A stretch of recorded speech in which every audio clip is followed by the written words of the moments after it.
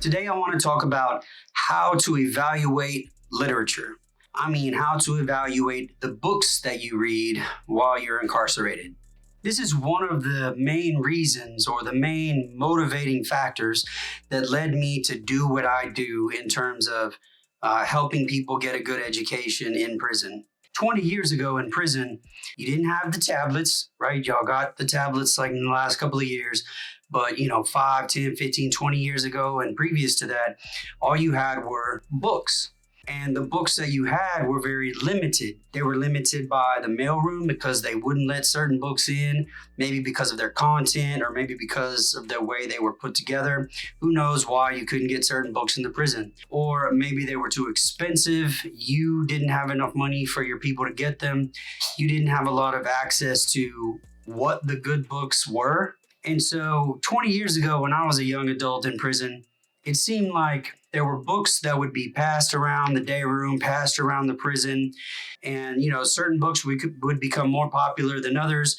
And then because people didn't have regular access to a library or a bookstore or the internet at that time was becoming big, because people didn't have regular access to more information, whatever was contained in those books, people just took to heart and believed as true and would argue back and forth about different philosophies. And some of those books have been passed around prisons for decades. A lot of those books promoted racist theories. A lot of them promoted conspiracy theories.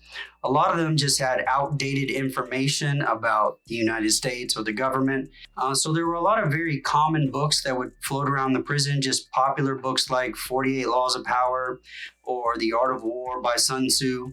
Those two books in particular are not about conspiracy theories or anything, but you understand what I mean. Like there were just some books that historically have been very popular in the prisons.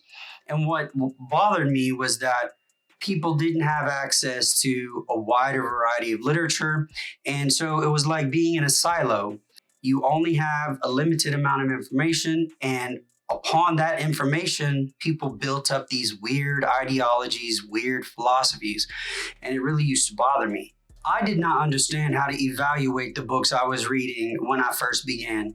It's not like somebody taught me how to do it. I didn't take a class in college or read a book or anything that taught me how to discern good books, how to distinguish reliable books from unreliable books, those that were more accurate or up to date. I really didn't know how to do that. It took me at least a year, maybe 2 years of reading a bunch of the books that are offered to people in prison for free.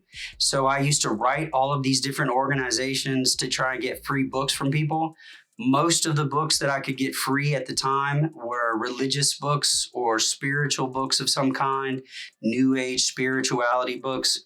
So even that, you were real limited. It's not like you could write an organization that was providing people with history books or math books. There weren't near as many opportunities to get that kind of information as there was to get religious and spiritual information. So I used to read all of these books that people would just send in to inmates for free.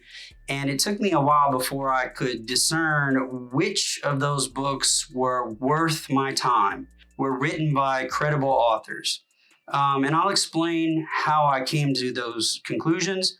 But then when I got out of prison, and especially when I was in graduate school working on a master's degree, it was really important at that level that the students understood how to decide what kind of literature was reliable or not. And so we actually used a textbook that walked us through that. And that's what I'm going to talk to you about today. I'm going to talk to you about the information that I learned when I was in graduate school, but actually from some of my own personal experiences while being in prison on how to decide whether or not books you're looking at are worth your time.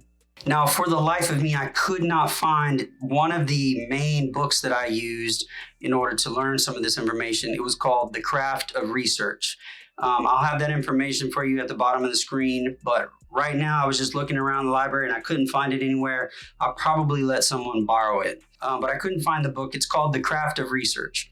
The Craft of Research used to be its own volume, but now if you're taking any college classes, they include like a summary of that book in the first few pages of the Turabian Manual for Writers. Some of you might know this book as the Chicago Style for Students and Researchers. Some of you might know it as the Turabian Style. Some of you might know it as the MLA Style.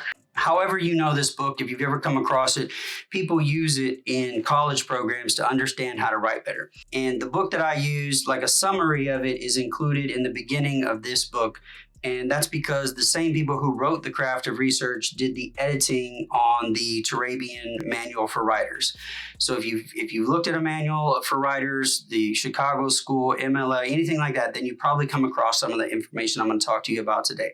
So what is it? The first important thing I need to say as we're going through some of this information is that this is a discussion about how to decide whether or not a book or an article that you're reading is reliable. How to determine if the information is reliable, accurate, or trustworthy.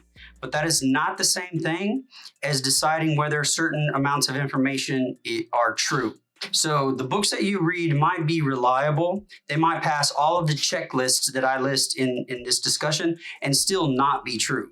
Information that was written by, well-referenced scholars in great journals, published through great university presses 50 years ago, the information that was published 50 years ago, we might know now, today, that information is false or that we've built on it because of science or more discoveries.